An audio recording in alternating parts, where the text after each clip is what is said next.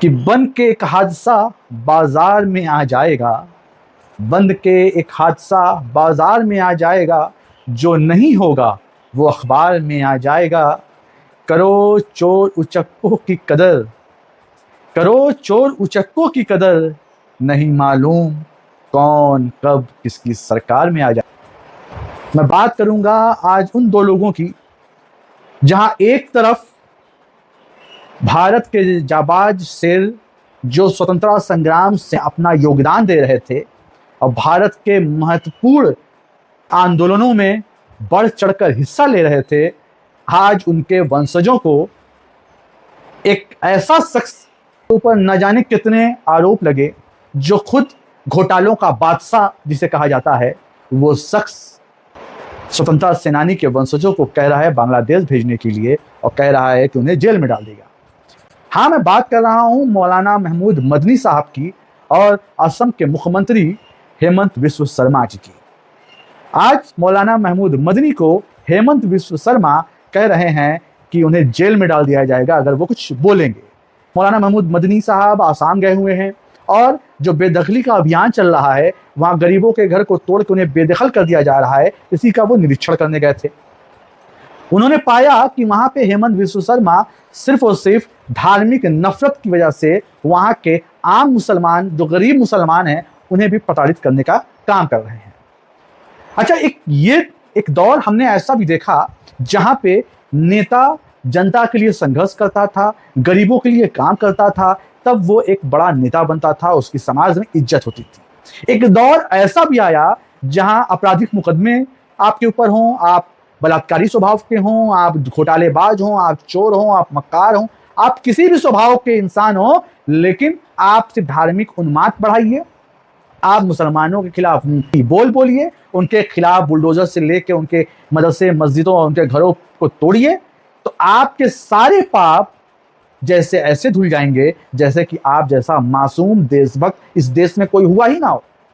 हेमंत बिस्वा शर्मा वो शख्स है जिसके ऊपर चिटफंड घोटाले का मुख्य आरोपी है, जिसके ऊपर लाखों गरीबों का पैसा गबन करने का आरोप लगा है।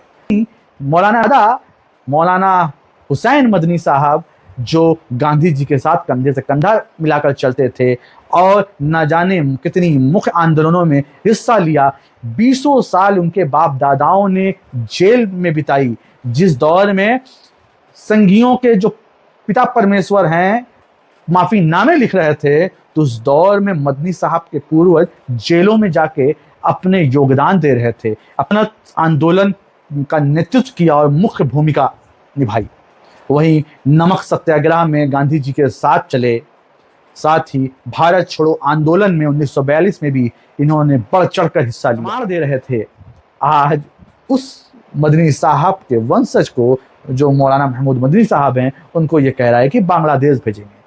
मौलाना मदनी साहब ने बहुत साफ कहा कि जो शख्स ये मानसिकता रखता है कि स्वतंत्रता सेनानी के परिवार वालों को ये बांग्लादेश भेजने की बात कर रहा है, आम मुसलमानों के लिए इसके अंदर कौन सी भावना होगी। जिस तरह से एक नफरती मुख्यमंत्रियों का दौर आया, उसमें हेमंत बिस्वा शर्मा आज भी टॉप की स्थिति बनाए हुए हैं।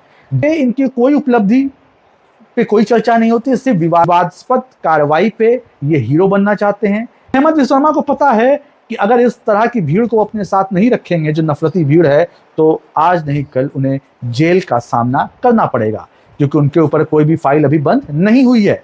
और राहुल गांधी ने साफ कह दिया है, यही भाजपा जब हेमंत बिस्वा शर्मा जब कांग्रेस में थे तो उसके ऊपर आरोप प्रत्यारोप कर रही थी और ये कह रही थी कि हेमंत बिस्वा शर्मा को हम जेल भेजेंगे। लेकिन आज शारदा चिट फंड घोटाले के दो मुख्य आरोपी मुकुल राय और हेमंत बिस्वा शर्मा भाजपा की वॉशिंग मशीन में जाकर खुद को धुल चुके हैं। हेमंत बिस्वा शर्मा इस समय जिनके ऊपर 9 गंभीर मामले चल रहे हैं, लुई बर्गर घोटाला जिसमें इन्होंने विदेशी कंपनी से रिश्वत ली थी, शारदा चिट फंड घोटाला जो सबसे बड़ा स्कैमिंग का है, यहां तक कि कोरोना काल में इन्होंने पीपीई किट घोटाला भी किया था।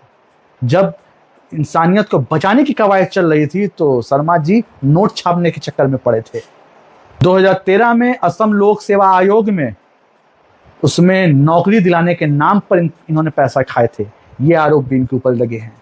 लोहतिया नदी सफाई के घोटाले में इनके ऊपर आरोप है। तो जो आदमी खुद जेलों में रहने लायक है वो दूसरों को ये बता रहा है कि अगर मौलाना साहब इसमें कुछ करेंगे, सवाल करेंगे तो मैं उन्हें जेल भेज दूंगा। हालांकि इसके पहले वो सैयदा हामिद जो सोशल एक्टिविस्ट है उनको जेल भेज चुके हैं। तो यही है, इसीलिए मैंने राहत साहब का ये शेर पढ़ा कि चरो करो चोर उचक्कों की कदर, नहीं मालूम कौन कब किसकी सरकार में आ जाए। बाकी अगर ये वीडियो आपको पसंद आया हो तो कमेंट करें, शेयर करें, लाइक करें। अगर यूट्यूब पे हैं तो चैनल को सब्सक्राइब करें। आज के लिए इतना ही, मिलते हैं अगले वीडियो में। तब तक के लिए नमस्कार, सत श्री अकाल, जय हिंद, खुदा हाफिज।